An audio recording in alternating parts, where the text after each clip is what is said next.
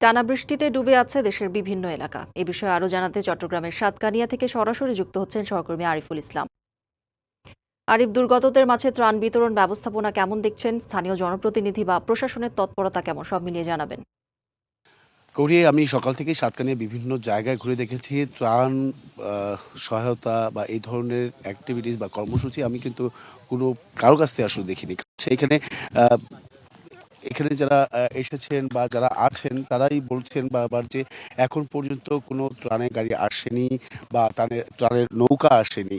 আর সবসময় তারা এটাও বলছেন যে সরকারের পক্ষ থেকে যেহেতু একটি নির্দেশনা দেওয়া আছে সংশ্লিষ্টদেরকে এই ত্রাণের বিষয়ে কঠিনভাবে আসলে নজর দেওয়া প্রয়োজন।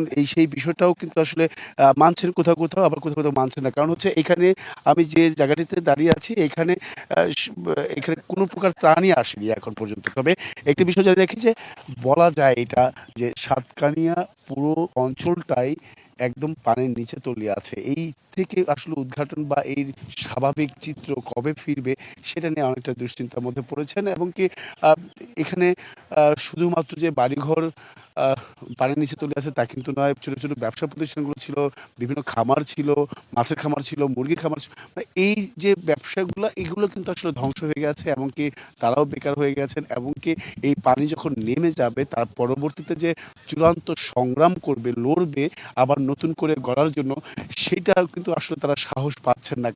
কারণ হচ্ছে তাদের আর্থিক অবস্থা এতটাই নাজুক হয়ে দাঁড়িয়েছে এখন। বাংলা কিউআর যেখানে নগদ পেমেন্ট সেখানে সারা দেশে 10 লাখেরও বেশি মার্চেন্টে নগদে পেমেন্ট করুন খুব সহজে।